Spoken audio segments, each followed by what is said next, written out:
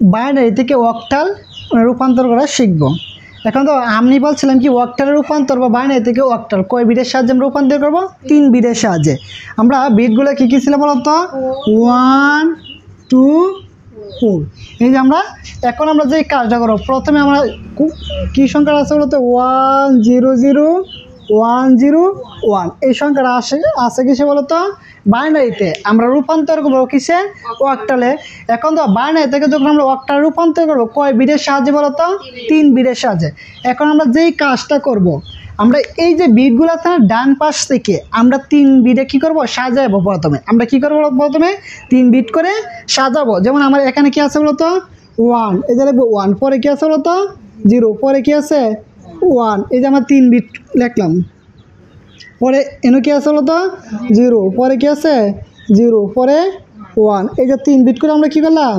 সাজাইলাম। এভাবে আমরা 3 বিট করে সাজাবো। প্রথমে আমরা কোন পাশ থেকে সাজে আসবো? ডান পাশ থেকে। কয় বিটের সাহায্যে? 3 বিট করে আমরা সাজাবো। সাজানোর পরে এনে দাও। প্রথমে আমরা কী লিখছি? 1 0 0 নাকি দা 1 0 0 লিখলাম না? এখন এইগুলো আমরা এখানে বসাও। 1 0 0 এই যে 0 লিখবা। আমরা আবার বলছি প্রথমে আমরা ডান পাশ থেকে কয় বিট করে সাজিয়ে আসবো? 3 বিট করে সাজাবো। এই বিটগুলো আমরা এই যে বিটগুলোর মধ্যে নিচে বসাবো। বসার পর বলতো আমরা জানি কি ডিজিটাল ডিভাইস 0 দ্বারা বোঝায় কি বলতো? অফ। আর 1 দ্বারা বোঝায় কি? চালু বা 1 আছে। এখন বলতো মানে 0 মানে কি? অ্যাক্টিভ নয়, বন্ধ আছে। আর 1 মানে কি? অ্যাক্টিভ আছে। এখন যেগুলো অ্যাক্টিভ আছে বা চালু আছে এগুলো গ্রহণযোগ্য, আর যেগুলো বন্ধ আছে এগুলো কি? গ্রহণযোগ্য নয়। তাহলে আমি বলছি 0 মানে কি বলতো? বন্ধ। 1 মানে কি? চালু। এখন আমরা যে বিটগুলো নিচে 1 থাকবে এইগুলো আমরা গ্রহণযোগ্য মনে করব, মানে এইগুলো আমার কি? অ্যাক্টিভ আছে। তাহলে আমরা এখানে কি 1 0 0 আমরা বিট নিচে বসাইলাম। এখন তো কোন সংখ্যাটা অ্যাক্টিভ আছে? 4 আছে। তো যেই সংখ্যাগুলো অ্যাক্টিভ থাকবে, যদি একাধিক সংখ্যায় অ্যাক্টিভ থাকে এগুলো আমরা যোগ করব, আর যদি একটা থাকে তাহলে একটাই শুধু আমরা বসিয়ে দিব। এখানে কয়টা অ্যাক্টিভ আছে বলতো? একটা। শুধু সংখ্যাটা কোনটা আছে? 4। তাহলে আমরা এখানে আমরা শুধু কি লিখবো? 4 লিখবো। বুঝতে পারছো বিষয়টা? পরে আবার বসাবো। পরে কি আছে? 1 0 1। এই যে আমরা এখানে বসাবো 1 0 1। এখন বলতো কোন কোন অঙ্কগুলো অ্যাক্টিভ আছে? 4 1। তার মানে এই 4 এর নিচে আছে 1, আর এই 1 এর নিচে কি আছে বলতো? 1। তার মানে অ্যাক্টিভ হইছে 4 আর কি আছে? 1। এখন কয়টা অঙ্ক অ্যাক্টিভ আছে? 2টি। এই 2টি আমরা একসাথে যোগ করব। যোগ করো। 4 আর 1 যোগ করলে কত হয় বলতো? 5। এই যে আমরা এখানে লিখবো 5।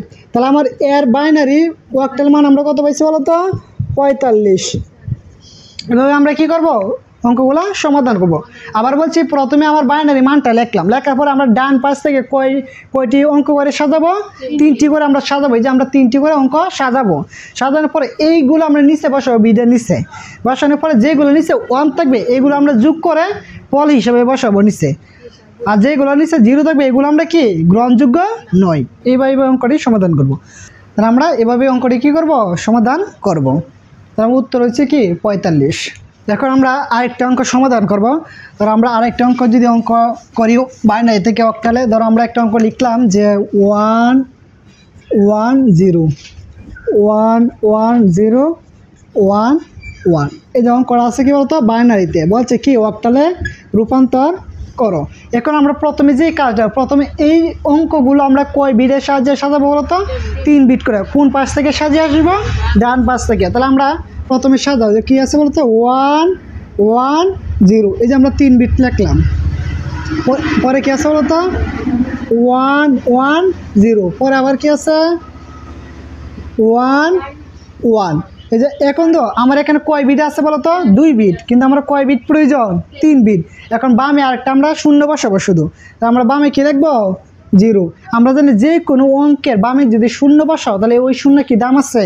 দাম নেই। তো আমাদের প্রয়োজন অনুযায়ী আমার জয়টা 0 প্রয়োজন, ওইটা 0 আমরা কি করতে পারবো? বসাতে পারবো। এই যে আমরা 3 বিট করে আমরা বসাইলাম। এখন আমরা এই বিটগুলো আমরা নির্ণয় করো। প্রথমে এই বিটগুলো আমরা এই বিটগুলো নিচে লিখবো। এখন কি আছে তো? 1 2 4। এই সংখ্যাগুলো নিচে লেখো। তো এখানে কি আছে? 0 বসাবো। যে 0 পরে নিচে। পরে কি আছে? 1 1। এখন বলো তো কোন অঙ্কগুলো তোমার অ্যাক্টিভ আছে? 2 1। এখন আমরা এই যে 2 এর নিচে 1 আছে আর 1 এর নিচে 1 আছে। তাহলে আমরা যোগ করো। 2 আর 1 যোগ করলে কত হয়? 3। এই যে আমরা এখানে 3 বসাবো।